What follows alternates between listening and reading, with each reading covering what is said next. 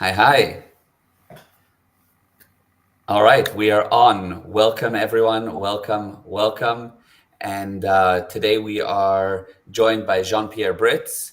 We know each other from mainly Instagram, pretty much. I think that we talked some and you talked with Mayor some. And now we are coming up on the topic of the Middle East. But first, if everyone's on, if you can tell us that you can see us, that you can hear us, that the connection is all good. That's the And first sound? thing. And the sound and the video and all of that. I'm How assuming many, how people, many people are with us at this moment? Oh, we don't know yet. yeah, it doesn't show yet, but we're, so basically the I think platforms that, it's yeah. 11, 12. So how this works is it goes on YouTube, LinkedIn, Twitter, Facebook, Okay. Instagram, and then it Wow. becomes a See, podcast after, that's beautiful. so it lives on. Lovely. Yeah. All Thank you right. for So having me. It's here. absolutely great to have you. Anna's here. She said she can see us and hear us well, and Jenna gave us the go ahead. Hi, Jenna. Okay. So Jean-Pierre, just tell us a bit about yourself, how you found us, what you do, and then we can start the topic. I think I made contact with yourself first, Gal, through Mhm. Alex and Richard. So you were friends with them. Ah, Yeah, through Instagram Where, connection. Excuse me. where are you from? Are you from South I Africa? Yes, I'm from here. I was born in Pretoria, raised in Centurion. Almost the same thing, slightly different. And then, yeah, moved over, lived a bit in Scotland, lived in Joburg, and now in Cape Town for the last 10 years. great. Okay. So you're Yeah, also in Cape so Town. yeah. So through Same here Alex as and through Richard, I came onto your tracks. I've got lots of respect for you guys who do business, your professionalism. I have to compliment you. Fantastic. Look up to that. I'm also appreciate it. playing my hand in entrepreneurship. The latest Mhm. term, I guess I could found comfortable saying this is what I do is venture architecture. So Oh, in your venture, laid out pretty much information modeling and so forth. And I dig it, really enjoy it. That's what my focus is on at the moment. But I'm also someone that thinks about religion and spirituality daily. The scars, I think, has been on my mind every single day. The stuff that I see influence me a lot. It hurts me. I'm concerned about it. I love mhm. philosophy. I love debating. Um, I'm kind of scared, but I'm also very honored to share this space with you. And I come with good intent, and I'm sure that's how it's going to end. Thank you. Yeah, and that's really, yeah. Hold on, Ali. 1 second. I need to handle one thing. Storage Okay, in less than a second. no problem. There's always No another problem. thing to handle. There's always things to handle. No problem at all. But Resilient. for yeah, 100%. But for those that are on and that are listening, as we're talking and so forth, feel comfortable, and that we are encouraging you to participate and be a part of the conversation. You know what I mean? So if you have questions, if you have input, if we didn't ask something, if we didn't bring up a certain point, you can bring it up, because the topic today is all about the Middle East and what's going on there. So welcome back. Welcome back. Yes. Yeah. So okay. So basically, I was saying people should, number one, participate in the conversation. So the reason that Jean-Pierre is on, and the topic, right? There was a huge thing that was viral on social media, which was all eyes on Rafah, this place called Rafah. That until that came out, probably 99% of the people posting about it hadn't even heard about the word Rafah, but it became a viral sensation, Rafah. And all eyes on Rafah. The Middle East obviously has been a major point of attention for a long time because of what's going on there. We've posted our thoughts, as many people know. Jean-Pierre often contacted us with the alternative point of view, or just another angle, or advocating for what many people think about, which is, but people are dying, the children, the genocide, the horrific side of things. And so we said, look, why not have an open conversation, and it'll help many people as well. Viewpoints will help people. And so that's why we're here, and we can kick it off. Okay, let's start. So who's Yeah. going to ask a question and or give a viewpoint, and then I can answer, and then you can give your viewpoint. And my purpose is really to deal with how we can make things better. What can we, as simple people around, what can we do to make things better? What's the As human best beings. action? As That's human the viewpoint. Yeah, and I think that is very important. I actually thought through this debate earlier, and I think purpose and intent is good to declare before anything is said any further. It's like a pact. It's about honesty, and for me, I am here for humanity, for love. I don't understand why we have wars. I don't understand how we are so uncivilized to treat each other this way. I don't understand why the gap between rich and poor is so big, that there's so little humanity left in humanity, generally speaking. And I am here to fight for that and learn through that, through my own faults as well. That's why I'm here. Because it's all these things that I see, that's me deeply. And I'm glad to hear that we're all moving So into maybe this. start with why these wars. Excuse me? Personal wars and wars between groups. Let's He start was with saying, that. yeah, why do we? Let's start with that. Discussion. Yeah, because it's always been a part of time, man. You always have to have that friction and energies. And why do we need that friction? Why is it? And it seems like it's necessary. And it's just part of things, you can't separate the black from the white. Okay, so let's have a look, okay? So in order to understand that, we need to look for a second on men.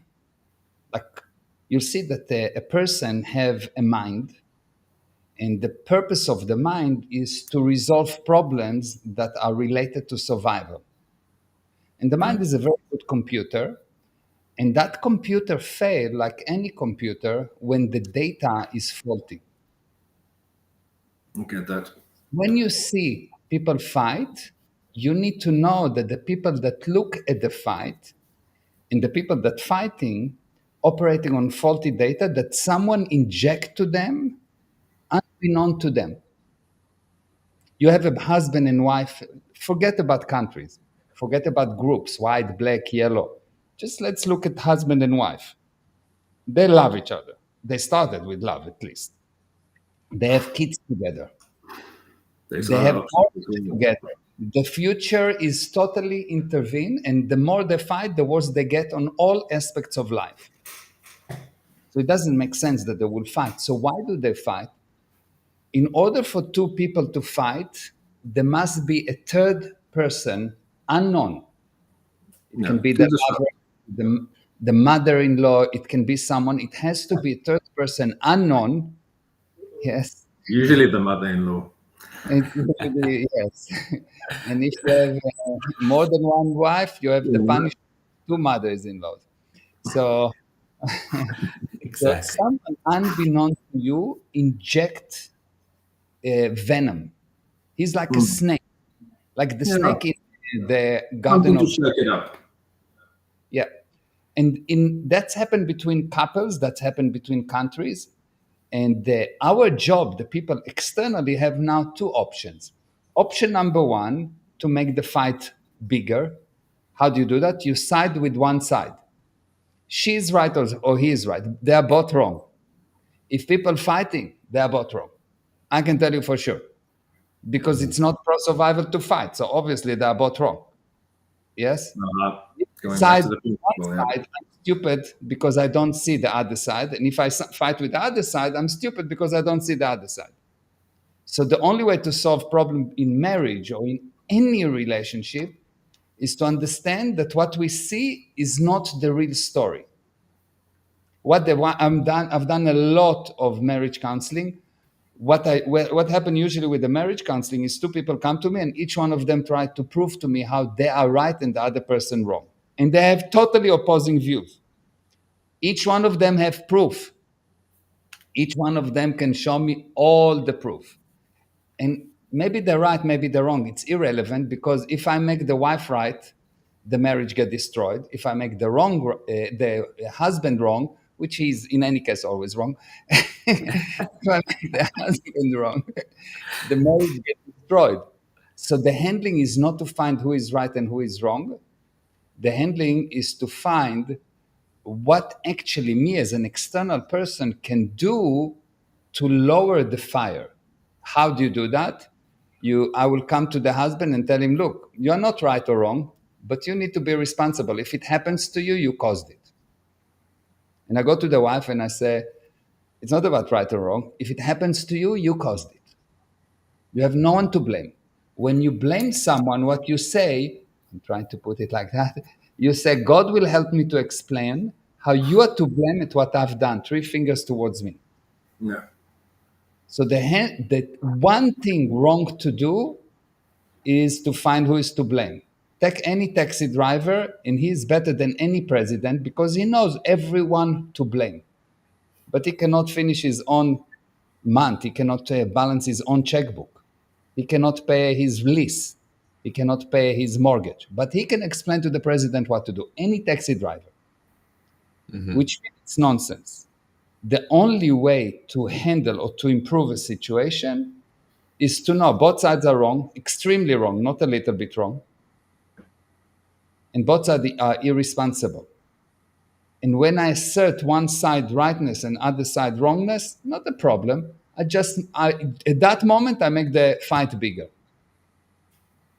I made the fight impossible to resolve. No, If I can feel to either fire right, instead of distinguishing. they're going to be a divorce. Yeah, no, and exactly. But I agree with you there, and I can see the parallel that you took there, and it's about wisdom. You know, it's about being a little bit more about going for the things that we all believe in, and humanity, and morals, and principles, and the golden rule of do unto others. You know, so all that other stuff is just rubbish. There's a few simple principles that we all actually know that we don't need to be educated on, in that you don't need 3 years of study. We all have it in here. And that's the thing that bothers me, because I don't think everyone applies that. And that is the problem. And exactly what you spoke about, data that's being fed into we are computers, man. Computers are silicon, we are carbon. We know that whole thing. I understand software and hardware, neural pathways, everything. These things influence us. And if that influence deflects you from that light that we all have in common, that no one will dispute, that we all have, which is similar, then we need to really understand and ask ourselves, what kind of data are we fed in order to deviate us from the true self and the light that we all share, that undeniable thing that when we look each other in the eye, there's apparently a thing where 2 soldiers, if they look each other in the eye for 20 seconds, they won't shoot each other. That's not right. That's not true. I've been in the army. I've looked at a lot of soldiers in the eyes for longer than 20 minutes, and we shot each other. It's a very nice story, but it's just not. Well, who survived? Obviously, I'm here. But you know what I mean? About the light. It's about the undeniable light. That's my point. So the point is like that. The point is like that. First of all, you are very, very right with the viewpoint. But there is just one. It's not about me. It's about the truth. No, yeah. With the viewpoint, it's not that. It's what you say is true. It's nothing to do. But I'm just actually building up on our conversation. So it's not about earthly stuff. It's about the realization, about our new collective consciousness that was just agreed. I believe there's no such thing as collective consciousness, because you cannot define consciousness. But let's talk about things that we can define. Let's define consciousness. Sure, that's a difficult one. If it's difficult, you don't know. No, I think about it all the time. Can I answer your question? You've asked me a question. One second. If I ask you to define your hand, you know it, you'll be able to define it. If I ask you to define a car, you know it, you do. If you go to a doctor and you say, whoa, this is a difficult one, find a different doctor that knows, because when you know, it's easy. One of the indications that you know, it's easy. You know your name, so it's easy. If you have a disease and you start to forget your name, you know there's a problem. You don't know your name. So if you cannot define something just like that, you don't know what it is. And this is a tip that I give you. Have a look in your own time and you'll see that it's true. So when I say define something, if I don't know what it is, I will start to, well, it's like this, or I will use synonym or all kind of nonsense. Consciousness, can you define it like that? Boom. What's the dictionary say it's consciousness? Don't look, just tell me what it is. Now you can be very... Do you want the dictionary version or my version? Sorry? Do you want me to give you the dictionary version or my version? You can give any version you want. I think roughly to summarize consciousness is there's something that is aware of its surroundings and it has a will to navigate the surroundings. Consciousness is something? It's just a conceptual... Something is something physical that composed of that is dead. So if it's something, it's not conscious. Stones are not conscious. I don't know if you noticed, stones are not conscious. For example, plants are not something. They are not something. People are alive. They are not something. You don't talk to your wife as something. She talks to you as something, but that's a different reason. Because we are men. So it's not something. That's number one. Cannot be, because something has no consciousness. Did you try lately to talk to a stone? You asked me to define what consciousness is, and now you're asking me that. No, but you cannot say something. If I start and I say that if I say car and I say it's a spirit, it cannot be, because the car is a physical thing. So I know by the first word that it's not correct. I don't need to hear the full definition. If I say it is something, I know it's not. End of story. Everything after that is bullshit. Why? Because it's dead. Now, I don't know if you can get it, but it's very simple. The logic is very simple. If I say that this is something, that's true, because it's dead. But if I say this is a spirit, I'm off. That's it. Finish. But who said that? It's not a spirit. Why are we debating even that? I mean, I didn't say that. What I'm saying is that you said that there is such thing as one consciousness or cosmic consciousness. There is no such thing. And even if you said that, it's irrelevant. I want to talk about things that we can define. Otherwise, we can start and say, the Chakachuka said that Plapaluka. It sounds good. Well, the neurons in the mind move to the neuron pathways defined from a neuron. If not, you're just a parrot that says word, and this interview is useless. If we want to make it useful, what we need to do, we need to talk about things that we actually understand. Otherwise, I can say pula kuka kuka, and you will say chucha chucha chupa, and he will say buba buba buba, and stupid. Yes. What we need is to say something smart. What does it mean? To say something that you can understand. If you cannot define it, you're parroting. You don't understand. Like people say, from the river to the sea. I'm not against it. I also for it. From the river to the sea. Just explain what does it mean. Which river, which sea? Rafa, no problem. What is Rafa? Where is it? What's the size of Rafa? What's going on there? So I don't have a problem with that. And as I told you at the beginning, I don't think that one side is right and one side is wrong. But I want to talk about things that we can define. Otherwise, I say Rafa, and in my mind, there is a picture, because I've been there for many, many, many, many, many, many, many months.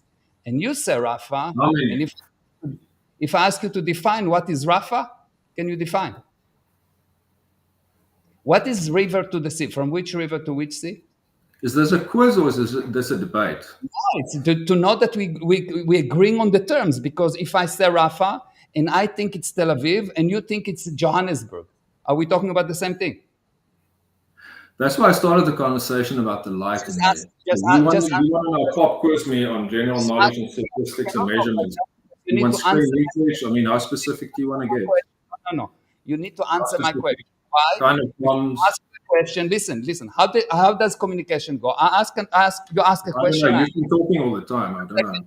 I ask a question, you answer. Exactly. You ask a question, I answer. When I ask a question, the polite thing to do will be to answer my question. Otherwise, we are not talking. I say something, you totally ignore, irresponsible, totally ignore it, and then you go to something else. We're not talking. So if you want to talk, I ask you a question. Do you know what is Rafa? Where is it? In the middle, south, north? What's the size of Rafah? Some data about it. Yeah, I don't feel I have to. I can Just answer be, you. I can give you I my. don't know. What? Just be brave and say, I don't know. Guys, please excuse me from this interview. I appreciate your time, but You see, please it's not excuse me. with the fact. Thank Yes. you.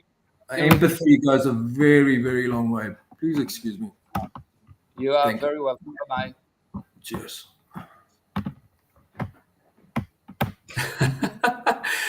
Amazing. Amazing. Totally amazing. A little bit of pressure, and A you little bit can. of- just please, let's talk about the facts, and it's not good. Yeah. So that's. Don't bother me with the facts. I just want to say words. Yeah. Yeah, it's interesting. So, because that's the general thing, I think, on both sides. They both don't have actual data, definitions, information, knowledge about what the heck they're talking about. Yeah. Everybody that I saw, every single person that I saw, friends and so forth, that posted about Rafa, had never mentioned it in their life. I know that they never heard about it. Don't know what happened exactly.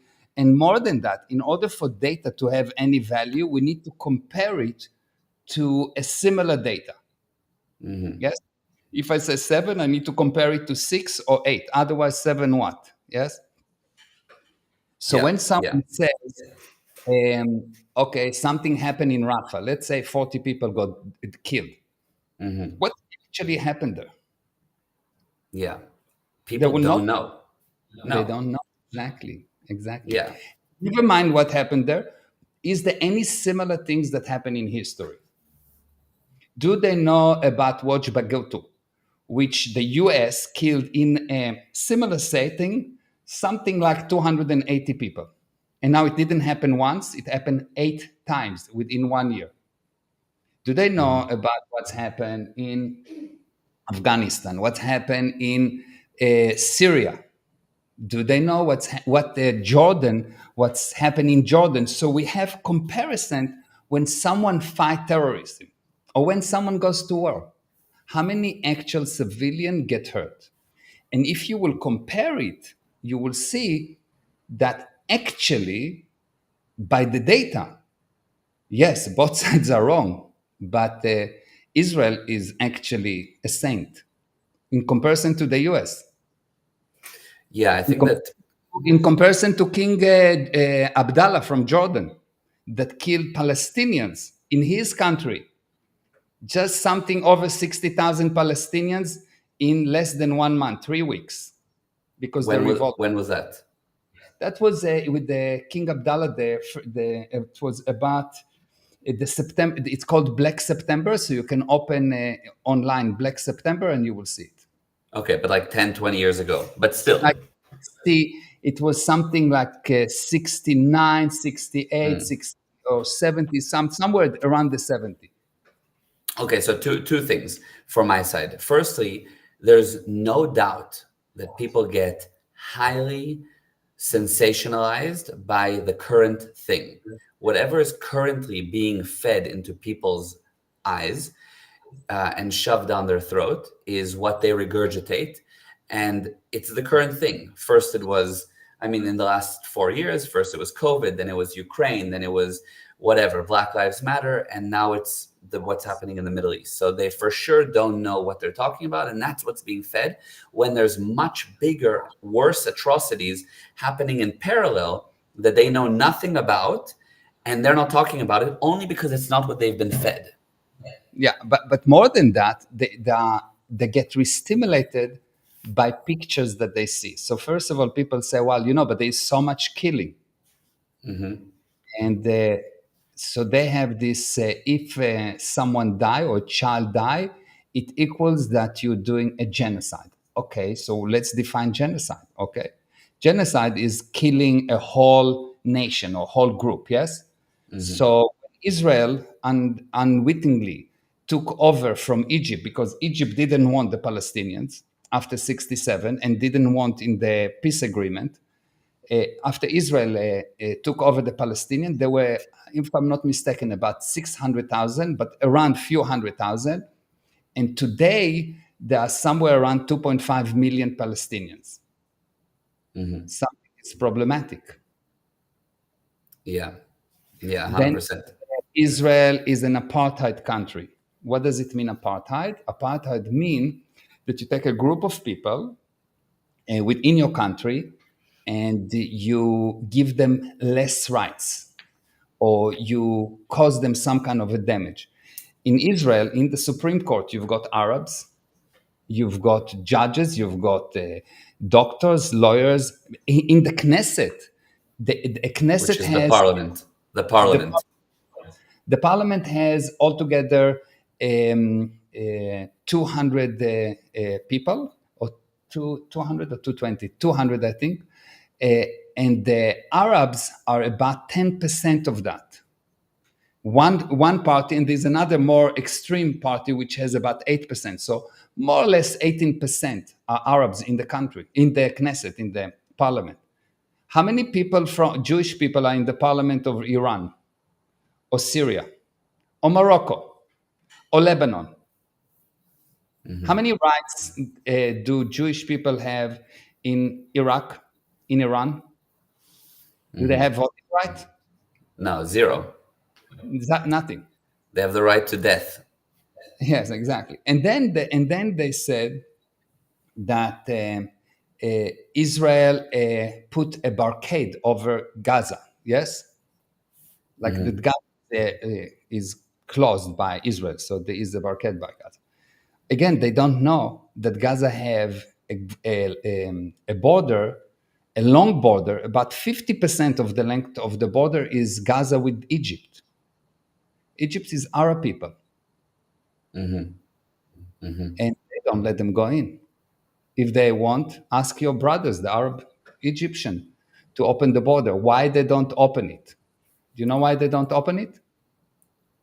Why the Egyptian don't open it? Yeah, because the people are problematic. The Muslim brothers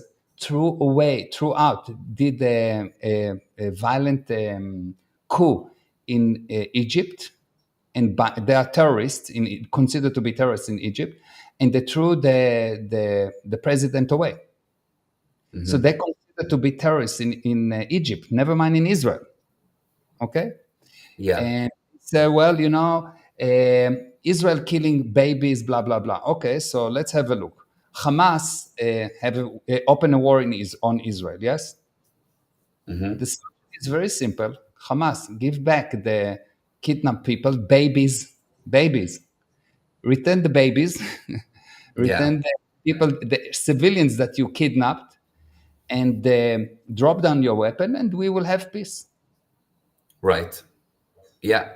Very simple solution. Instead, they hide in between civilians, and the international law says that if someone hides in between civilians, he is a legitimate target. And yes, still Israel protect the civilians.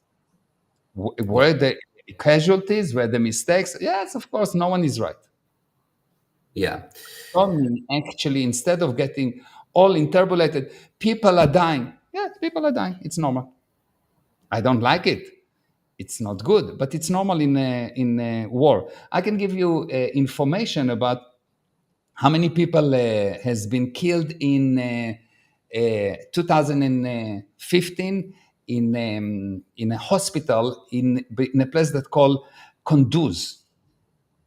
It's a hospital that has been bombed by the US in Afghanistan. How many? No idea. 42 people. What's the US policy, the international policy that says how many civilians are okay to kill for one terrorist? If you hit one terrorist, how many civilians is okay to kill? No idea. They're talking about something around 80, 1 to 80. So if you kill 80 civilians, but you've also killed one terrorist in the process. International law. Yes, you're within the international laws. I see. Now, all of these things, if you actually be willing to talk about facts and not just say, blah, blah, blah, well, consciousness, some words that you don't understand. If you really understand what you're talking about and you talk about facts and numbers that are known, then there is actually not a problem. Yeah. So who is Israel fighting? Israel fighting the Hamas. What is the Hamas covenant? Is we want to eliminate not only Israel, Jews, and then Christians. The rest of the world. Yeah. Exactly. Yeah. So here, Mitch is asking, personally, I would find it helpful to know how you engage with and educate people who are indoctrinated in any ideology or false narrative, because it's like you can weigh facts in front of them and they can't see them, especially when they hold ancient views. Yeah, you insist on definitions. And if they don't want to hear the definitions, then they will blow from the conversation. Why someone blow from the conversation? Because he feels very weak, unable to actually protect his view. So his view is more important to him than the facts. So he is not willing to actually answer where is Rafa? Or just say, excuse me, I don't know. I have no idea. Okay, no problem. I'll educate you. What does the covenant says? I don't know. Okay, no problem. I'll educate you. So for somebody who isn't willing, someone who isn't willing to actually do that, it's almost not worth the conversation. It's not. They need to be in. No, it's worth the conversation, because this guy, whatever his name is, go home, and now he knows that he doesn't know. So first of all, he will go and check. Yeah. Now he knows he doesn't know. He will go and check. He's for sure going to watch this interview because he will want to know what was the next thing. And he will go and check what is the other border. So if you take any actual data and you face it with the data, not emotions, just the data. What does it mean? Just because I don't mind if you tell me Rafa is Juga Juga. From now I know that Rafa is Juga Juga, not a problem. Yeah. But we need to agree on something that has a definition. Yeah. Because otherwise you think about Rafa and I think about Johannesburg.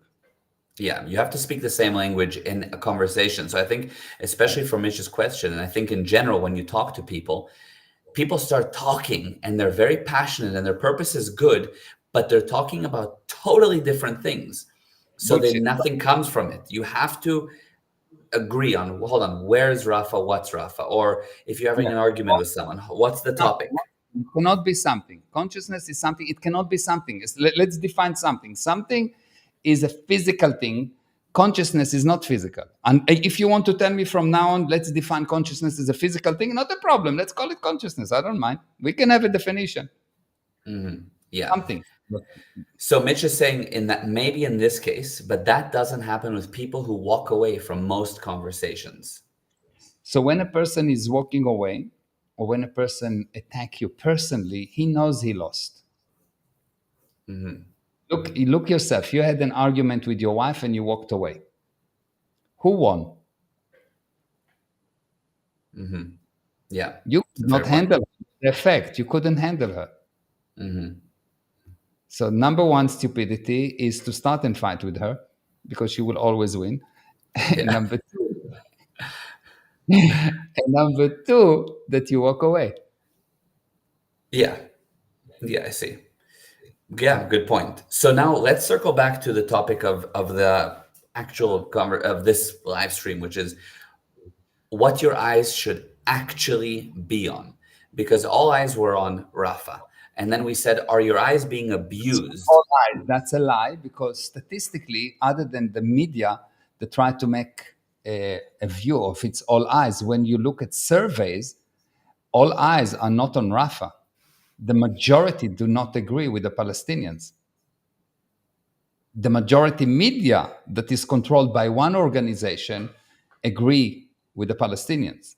But the majority people in the US, for example, is not agreeing with the Palestinians. Okay, interesting. All eyes should be on what's right, not on Rafa. You have a terrorist organization, and will it be okay to say that ISIS should be we shouldn't be so rough on ISIS because we're hitting their children. Did anyone say that? No one said that. The war on ISIS was super supported. Exactly. Why? Because the media put out all the atrocities that the ISIS was doing, but they didn't show what the US was doing and the allies were doing. So it was very one-sided. How many people die from air bombing? Innocent people die from air bombing in Iraq against ISIS. How many innocent? Yeah, no idea.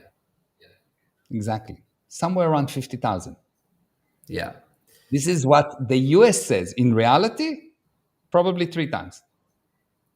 Now, so why would there be such a big push against the Jewish community from the media when the media is pretty much Jewish owned, isn't it? Don't they say that these big companies are actually Jewish run? Okay, so when there was before this war on Hamas, the complaint against the Jewish people is that the Zionists control the media. That was the complaint. True. The Zionists control the media, the Zionists control the government. Now all these people with their very good memory, just short, forgot about it. Yeah, that's true. And now the Zionists do not control the media because it doesn't work so well for them, and do not control the US because it doesn't work so well for them. So they dropped this argument, and now it's Rafah. And before that, it was from the river to the sea. And from the river to the sea started to lose momentum because enough people says, which river to which sea?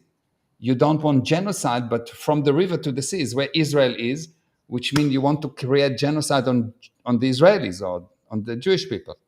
Yeah, right. So any person with a little bit of brain, not most of them don't lacking it, so they don't really realize. But any person with a little bit of brain or something that resemble brain, understand that you cannot say from the river to the sea and we're against genocide. A Right. little bit of oxymoron, yes. Yeah, A lot of 100%. and a lot of Yeah. So it's the same thing with all eyes on Rafah, right? So all eyes on Rafah, because all eyes is not on Rafah. What happened in Rafah, which is proven by international checks, is that Israel bombed with precision weapon a specific compound outside of the safe zone for the Palestinians.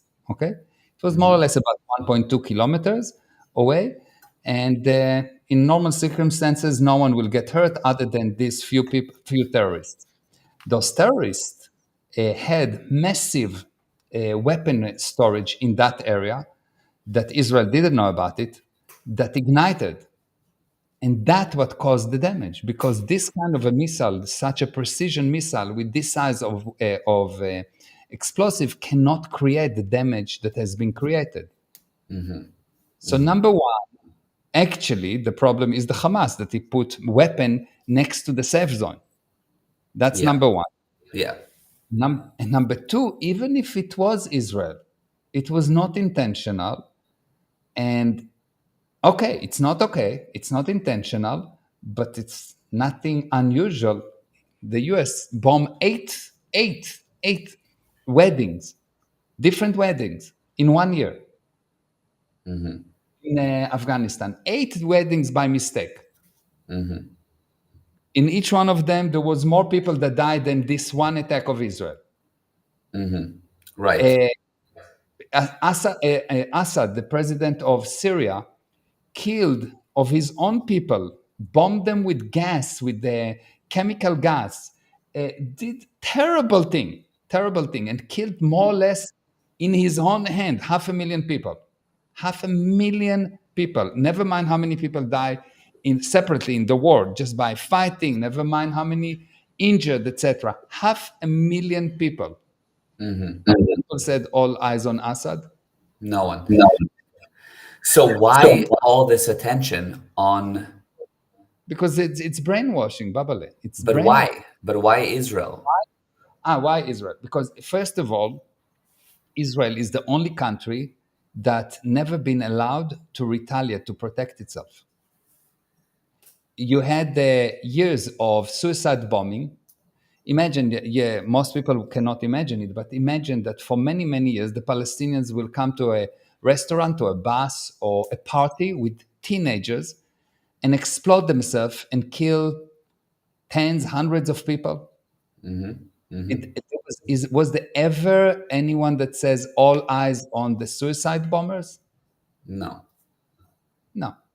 Yeah. Why? Because it was not promoted by the media. Yeah. The useful stupid people that are stupid, and they're very, very useful because they act like parrots. They just repeat what they say. They don't really understand. Are used by the media to push a specific narrative. So the Palestinians put a lot of money, the Hamas specifically, and Iran. It's actually Iran that have Hamas is nothing. Iran actually run the Hamas. So Iran put a lot of money in order to create the public opinion that Israel is very bad and the Hamas is very good. Now you take gay guys that support the Hamas. Now you couldn't be more stupid than that because the Hamas declare openly any gay person will be thrown from the highest roof in Gaza. They've done it. Right. It's on video. It's known. They're not hiding it. Yes. Yeah. 100%. Then they said women's for Hamas, women in Hamas in the Gaza, if they don't behave exactly as their husbands say, or if they don't behave exactly as the Hamas says, will be killed, burned. It's not so logical, yes, unless if you're Right. stupid, yes. Yeah. So you have a democracy on the one hand, Israel, and you have the Hamas, and people supporting the Hamas. Instead of saying, Hamas, put down your weapon, return the kidnapped, and Israel, you have to at that moment, and Israel agreed to that unconditionally. You have at that moment to stop the war. Israel agreed. Israel said from day one, Hamas will surrender and return the kidnapped, and at that moment there's no more war, and we will find a replacement for Hamas. We will Yeah. rebuild. Yes. It is- Got it. It's like the US wanted surrender from Japan, from Germany. The US did not say, well, Germany, you started the war, and now Hitler, you will stay in power, and never mind that 2 million people get killed because of you. Never mind that England killed 1.1 civilians, 1.1 million civilian. England killed German, 1.1 million Germans. But Hitler, you will stay in power. No, it was obvious to any intellectual person, any person that's not brainwashed, that Hitler could not stay in power, like Hamas cannot stay in power. Right. So it will be, if it was me, I would say, all eyes on Hamas, find them and remove them. That would be the logical thing. Yeah. 100%. Of course. Now, back a little bit, you were saying, look, the attack on Rafah by Israel was not intentional. No, the Now, attack was intentional on a specific terrorist. yes, but the civilians dying, Yeah. Okay. So basically, which we can back, because if Israel wanted to make an intentional attack, they would, and Hamas has made thousands of intentional attacks on Israelis, on Jewish people, on civilians, like thousands of rockets. Hamas shooting all day long. Hamas and Hezbollah shooting only on civilians. Only. They're targeting only civilians. For 20 years, in average, 2,000 rockets per year has been shot on civilians in Israel. Now, Israel is very bad. Why? Because it has the Iron Dome. So most of them don't. Yeah. So what Israel should do is turn off that Iron Dome, get enough civilians to get killed. So enough stupid people in the world will say, oh, it's so bad. I was growing in a place where we didn't have Iron Dome at that time. I had, in average, 30 rockets per night. My friends killed from it. And at that time, it was the PLO, Ashaf, that was targeting only civilians. They would send the suicide missions and go into houses and just go into houses and kill all the people in the house, just total civilians. Did you see the Israeli army ever going on purpose to do that? Of No, never. Of course. course not. So this is total bullshit. It's just, when I'm saying people are stupid, it's an actual compliment. Because they are really parroting. They're not stupid. Stupid, it means that it's temporary defect due to fake realities. But being a parrot is worse. Yeah. The defect, just that there's no computation there at all. You're just repeating. Yeah, I see. Then 100%. But somebody here on Instagram actually is saying, it's a bit of a longer one. I'll read it. The Balfour Declaration started this whole war. Many innocent people in Palestine suffer the consequences of the British and Israeli greed. Mary, y'all are ignoring the original sin of the greed that Nakba was, the same as Dutch and British greed to take away land and push away Africans. Okay, so let's have a look at what's happened. Okay. So I think that any person that ever read the Bible know that if we want to look at the original sin, we see that this land was promised apparently by God to the Jewish people. And the Jewish people were in Israel for a long time. Whatever happened, Jewish people left, not all the Jewish, like not all the Arabs, and we had this area was controlled by the Ottoman Empire and then by the British Empire. And Jewish people and Arab people were living under this control. Then, in 1948, there was a declaration by the United States, by the UN, that says, look, you're both living there. We are dividing this area based on ownership. This is got to you. This is got to you. The Jewish people agreed to the exact plan without changing anything. And the Arab people did not agree. What did they do? There were 600,000 Jewish people at that time in the land of Israel, or what was called at that time, by the way, it was the land of Israel. There was no Palestinian there ever. There was never a person. Like, if you think that there was a Palestinian, tell me who was the king or president or prime minister of Palestine in 1947. If there was a country, Palestine, if there was some people that was Palestinians, please tell me who was the king or who is the president. You cannot, because there wasn't. Palestine is something that happened way later, and I will explain how it happened. And you can check and see that it's correct. So in 1947, there was 600,000 Jewish people, and 7 countries, Arab countries, decided they don't accept the United Nations decision for the division of that land. And so they attacked Israel. Israel did not open the war. They attacked. They opened the war. And there was 25 million people against 600,000. Bad luck for the Arabs. Israel won. Is that correct or not? Check your facts and you'll see. Israel won, but Israel was willing, after it won, to give back the area that it took. So 56, again, another time, the Arabs attack. Israel won. Israel gave back the land. And then in 67, another attack. Israel won.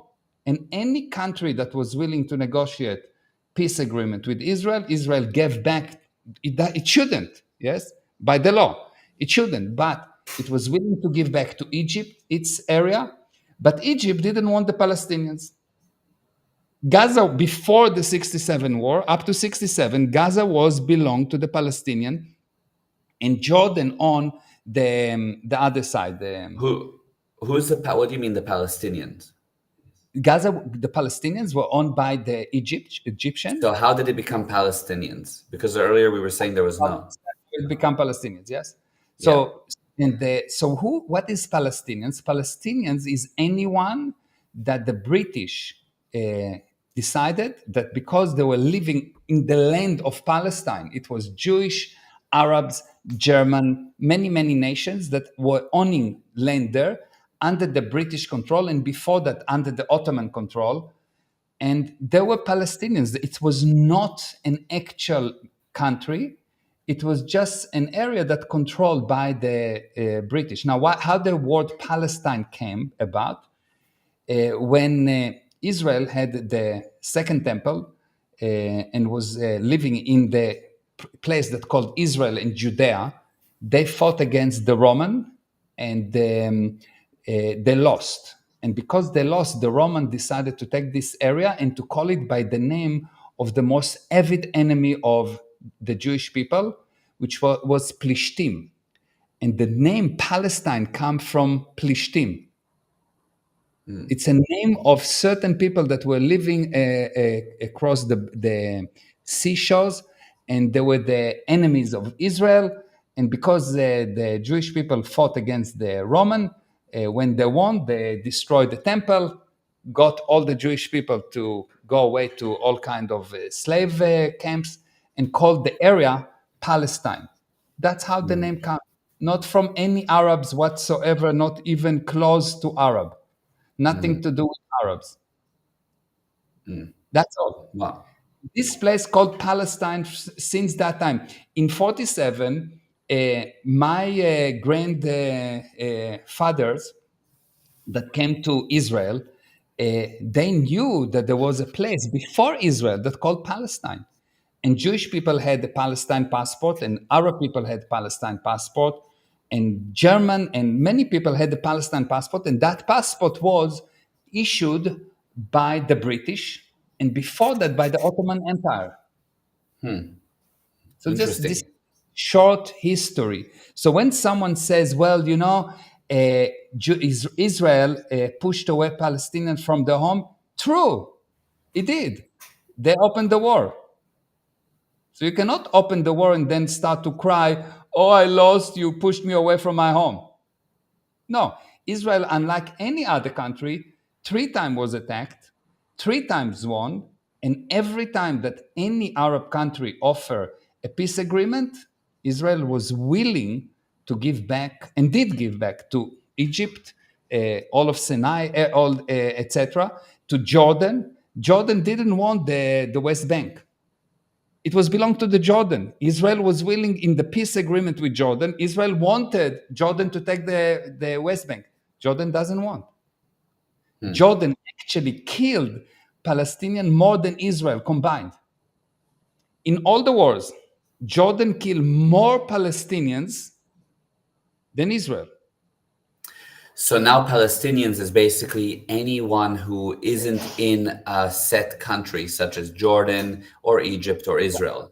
So what happened in 67, Israel took a lot of area and it inherited this West Bank and Gaza. Okay, Gaza was belonged to Egypt, and the West Bank was belonged to Jordan. Okay, 2 different areas, nothing to do with each other. Those people are bought Palestinians, which is really Arabs that no one wanted. Yeah. This is the truth. I'm not trying to degrade them, but that's what it is. And Israel came and says in Oslo, look, Israel withdrew totally from Gaza. So people say, oh, Israel occupying Gaza. Bullshit. Israel withdrew from Gaza one-sided. One-sided. Gaza meaning Gaza, yes? Gaza, yes. Yeah. Gaza is the Hebrew way. Gaza one-sided, and said to the Palestinians, here it is fully functioning area. Jewish people live there. They gave them all agricultures, factories, everything ready. Take it, use it. What the Palestinians did, they destroyed everything. Everything got destroyed on purpose because it was belonged to Jewish people. Destroyed it. Took all the money and prepared for war instead of taking care of themselves and creating a prosperous country. Yeah. So now 2 things, which is, 1 is Margaret's question, and 2, which is actually kind of how the conversation originally started, is, so why is there this inclination of man and to have war? Because obviously war has these atrocities within it. You start a war This is why war is so bad, because civilians die. People, it becomes really bad, really bad. Just people now are shocked when they're seeing a war on social media for the first time properly in history. So they're shocked by it, but that's war. So why is there so much war then? War gets happen. To have war, you need few things. You need an education system that educate at least one side that the other side is an animal. Now, if you open the education books of the Palestinians, you will see that the education is that the Jewish people are bad, bad, bad. They want to kill you. They want to kill you. They want to kill you. How bad? Go and check the internet, and you will open your eyes. Just open any site that tell you what is on the education system of the Palestinian. Okay, the Israeli side have more or less 70% of Israelis before this war wanted peace. Despite everything that happened, despite all the suicide bombing, despite all the missiles, despite all the rockets, 70% of Jewish people were willing to give land in return for peace. 90% of the Palestinians, by survey before the war, were unwilling to compromise with Israel at all, and they thought that the only way for them is to push the Jewish people to the sea, so much so that the declaration in the covenant, in their purpose statement, is we need to kill all the Jewish people. By the way, the PLO also had that. The same thing. Right. And at one point, they were willing to change it to recognize that the Jewish people have a right to survive. Yeah. They don't recognize the right of the Jewish people to survive in Israel. Israel, one country for the Jewish people. How many countries there is for the Arabs? For the Muslims? Many. I don't know how many, but they have at least, what, 8 or something? No, 80. 80. Yeah, I think Oh, so. in terms, okay. Oh, I see. As in where the Muslim religion is the predominant religion. Now, how many of the Muslim countries are willing to take one Palestinian? Egypt say, I don't want. Lebanon say, I don't want. Jordan say, I don't want. Iraq says, I don't want. Which Arab country is willing to take Palestinian in? Do you know who is the only one? Israel.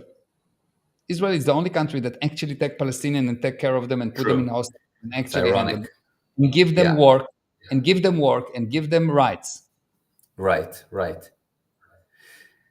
So that's amazing. And I'm going to get back to Margaret's question to actually end off here. But the guy that asked about what we just explained said, by all accounts, based on your argument, 2,000 years from now, my African kids can reclaim all the land that white people own today in Cape Town simply because they're black. The thing about that is... What? I think that's the opposite, no? Yeah, he's saying that 2,000 years ago in the Bible, it was the promised land, right? So now he's saying, so 2,000 years from now, his all black people in South Africa can reclaim the land from the Dutch, but it's different. It's not. Yeah. It's not what I said.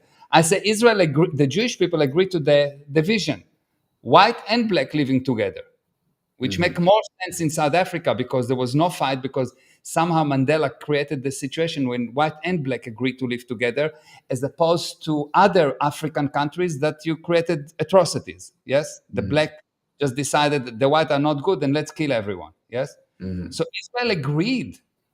Imagine the white in South Africa will agree to divide the land if it's belonged to you by ownership. Its state belongs to you, and everyone have the right to vote. And the black guys will decide, no, we're killing all the white guys. Because they took 20,000 years ago, 10,000 years ago, 1,000 years ago, our land. It would be insane. That's what happened there. The Palestinians, Israel agreed, the Jewish people agreed, let's divide. We still agree for peace. We still agree for two-state solution. But the Palestinians have to gain their trust because they're attacking us. So we said, drop down your weapons and there will be peace. Check Golda Meir. And she said immediately after 67, she was the prime minister at that time, when the Arab people, when the Palestinian people, we love their children more than they had the Jewish people, we will have peace. And that's what's happening right now. The black people love the children more than they hate the white people in South Africa. So you have peace. You understand? So it's this is facts that you cannot argue. Yes, there was war. Yes, of course, there was atrocities on all sides. But what can I do with that? No one can It's handle it. also, yeah, it's also throughout history, the entirety of the planet was colonized and taken over and all kinds of things. But the point is, where are we at today, and what's the current agreement, and where are the divisions of countries, and that's how it is. And let's have peace, not war to reclaim. First of all, stop being stupid and realize who is Hamas. Yeah. Just realize who they are. Just read the covenant. Not because even what they do, nothing. Just read what the intention. The intention is to kill the Jewish people. Yeah. Yeah. How many times they've been asked, drop that intention, change the intention to be willing to come to peace? They don't want. So forget about all the action. This is the intention. Intention is more important than anything. If my intention is to save you and by mistake I hurt you, my intention is good. It's not good that I hurt you, but my intention is good. It's not as bad. But if my intention is from the beginning, I'm going to kill you, excuse me, there's no one to talk to. Yeah. Yeah. Hamas has to, and the people have to realize that the handling is really simple. Hamas, drop your weapon, return the kidnapped people, and in 3 months there will be peace. Right. 3 months. 3 months. Yeah. It's been suggested many times. Drop your weapons, and Israel will guarantee that in 3 months there will be, well, immediately there will be peace. And Israel never opened a war on Hamas. Never. Israel never shot first on Hamas. Israel never shot on purpose on civilians. When someone shot civilians in Israel, and I can give you many examples, they went to jail.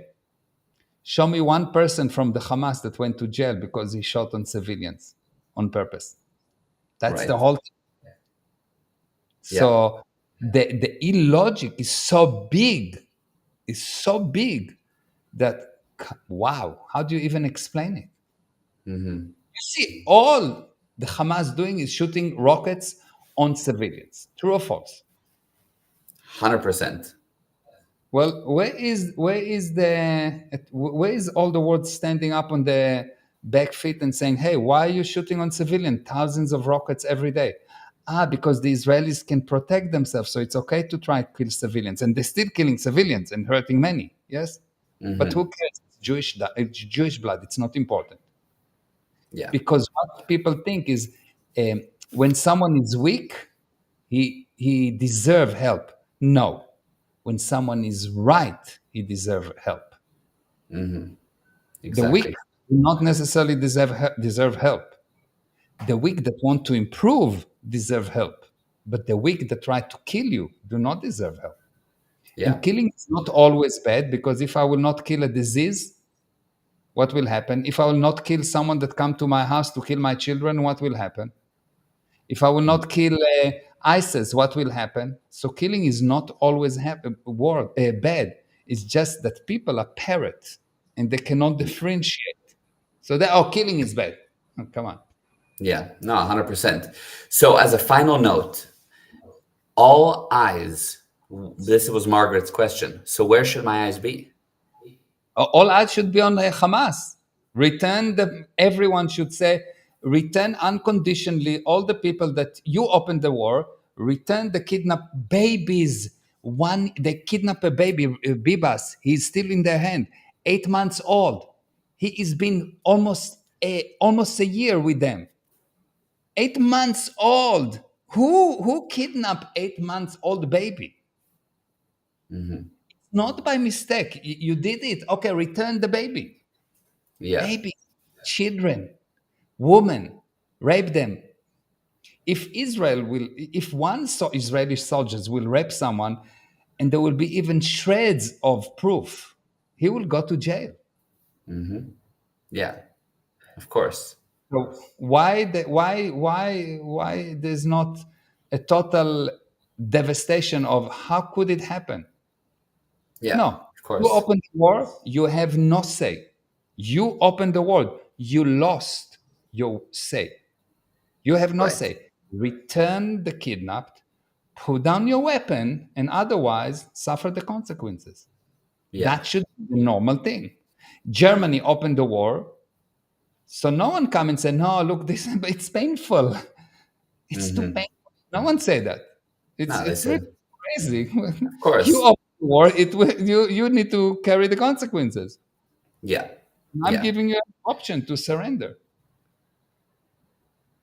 Israel should 100%. surrender. Israel should never stop until the Hamas is off and not in control. It's like the allies should never stop until Hitler is gone. And Exactly. not Hitler, the whole regime, the whole viewpoint Yeah, of of course. yes, Yeah. the whole And it took, and it, the Hamas has to go, like the whole philosophy of the SS has to go.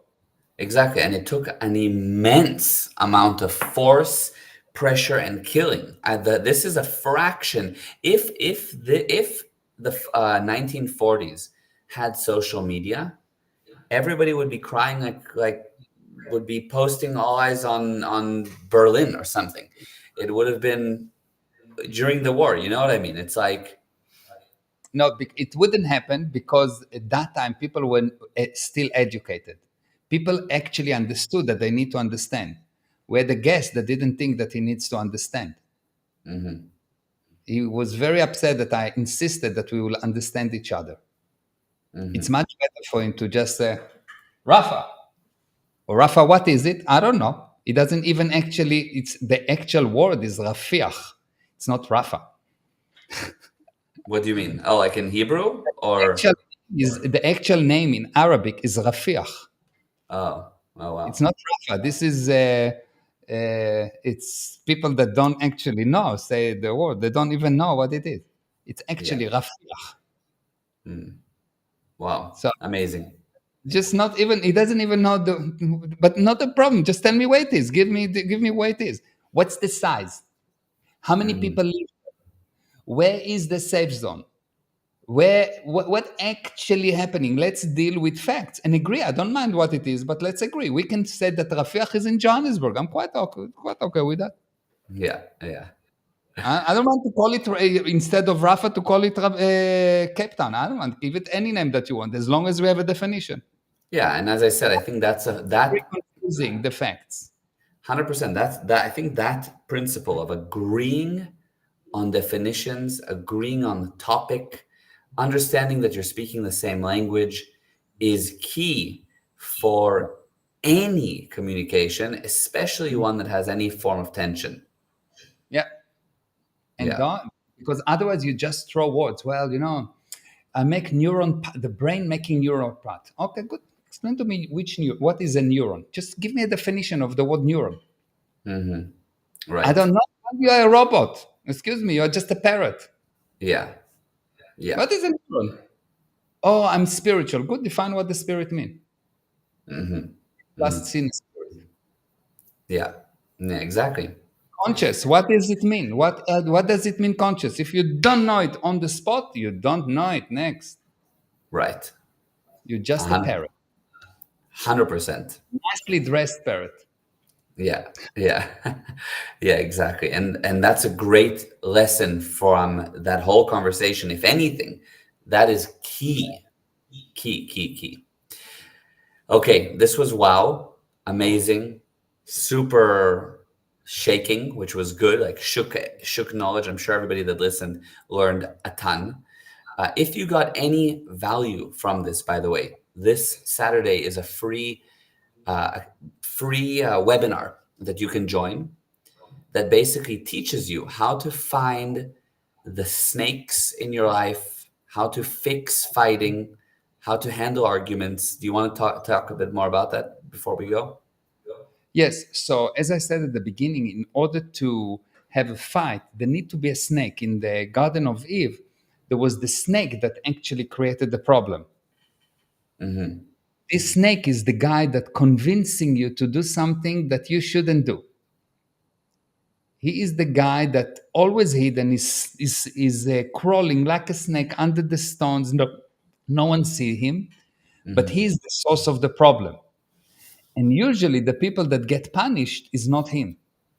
Usually the people that fight is not the snake. Yeah. But the actual handling is to make sure you don't have snakes in your Garden of Eve. Yeah. Yeah. So Yeah. if you don't have snake in your heaven, you will be okay. But if not, it will become hell. So you Right. need to learn how to recognize it. You need to learn, what is this snake doing? How do you see that you actually have a snake in your life? And the snakes are coming in many shapes, many small one, big one, and they're attacking different areas. They're attacking religion, they're attacking education, they're attacking the family unit, they're attacking ethics, they're attacking food, they're attacking your health, they're attacking different areas.